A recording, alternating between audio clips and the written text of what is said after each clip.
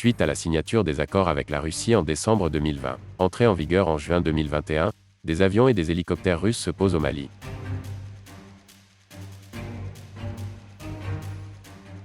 À leur bord, des dizaines d'instructeurs russes de la société Wagner arrivent.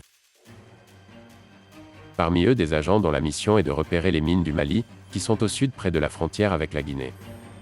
Dans cette région, les mercenaires de Wagner mènent des opérations sans les FAMA.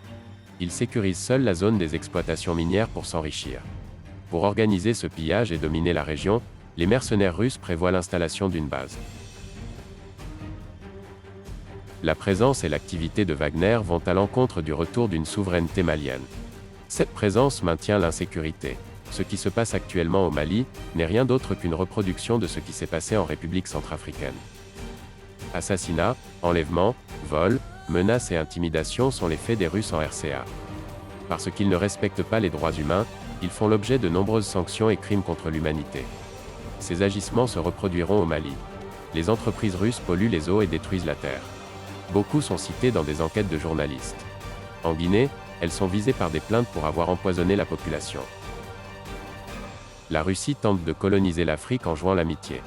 Les dirigeants maliens se rendent complices du vol des richesses du pays par les Russes. Le Mali sera-t-il trahi par ses protecteurs ?